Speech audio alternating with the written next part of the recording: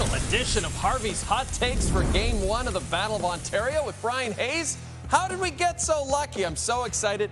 And he's all dressed up, looking terrific in his suit. We're going to start with the Maple Leafs. Don't worry, Ottawa Senators fans. We're going to split this evenly. Hazy's going to have a take on the Leafs and a take on the Sens. So we'll start with the Leafs. They had lost of 6 of 7 playoff home games going into this game, and yet they looked very, very confident out there. Bryan, what do you attribute that to?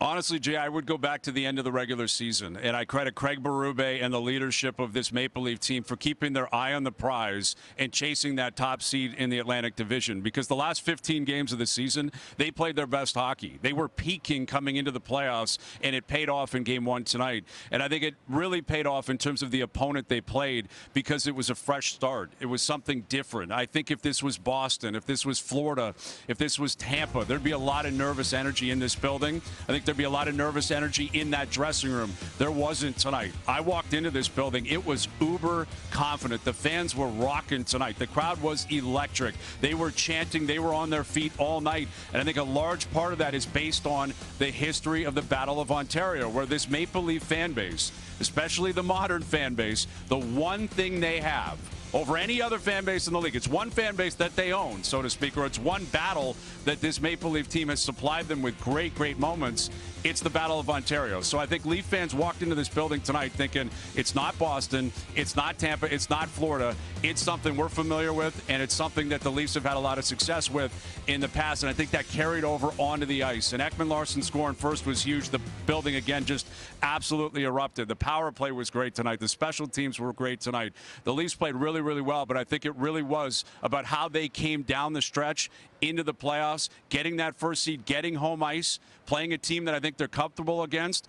They played like it. They looked like it. The crowd loved it tonight. It was an electric evening for the Maple Leafs. On the other side of the docket, you've got the Ottawa Senators, more experienced when it comes to the postseason, no question about it. How much of a factor was that, in your opinion, in Game 1, Bryan? I think it was pretty significant, because I thought they started well. I thought it was pretty even through 10 minutes. And then again, Ekman-Larsson gets on the board first. This place goes crazy. Marner breakaway. He scores. It's 2-0. And there was a really important play to start the second period where Brady Tkachuk had a breakaway, couldn't score. And then you noticed Tkachuk was flustered the rest of the game. I thought Stützle really was on the perimeter a lot of the game tonight. And he's in for a tough fight, right? He was up against the Matthews line all night.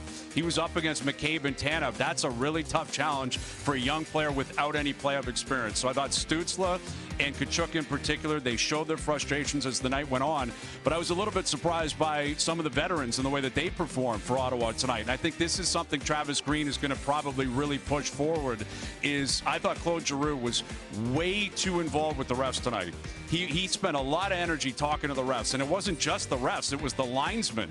He almost on every shift was complaining and was talking and was in their ear, and I thought Nick Cousins was doing the same thing, David Perron. And then you look at Linus Ullmark, who is their stalwart. He is their rock, and he didn't play well enough tonight. The Leafs generated some great chances, to their credit, but he couldn't give them big stops at big moments. And if you look back on last year, it was Jeremy Swayman that caused problems for the Maple Leafs. It wasn't Linus Ullmark. So if you're Travis Green, you need to have confidence that Ullmark will be way better in Game 2. He has to be. And you need your veterans to, I think, play a little bit more composed. That should filter through the lineup for Tkachuk to break out, Stützle to break out.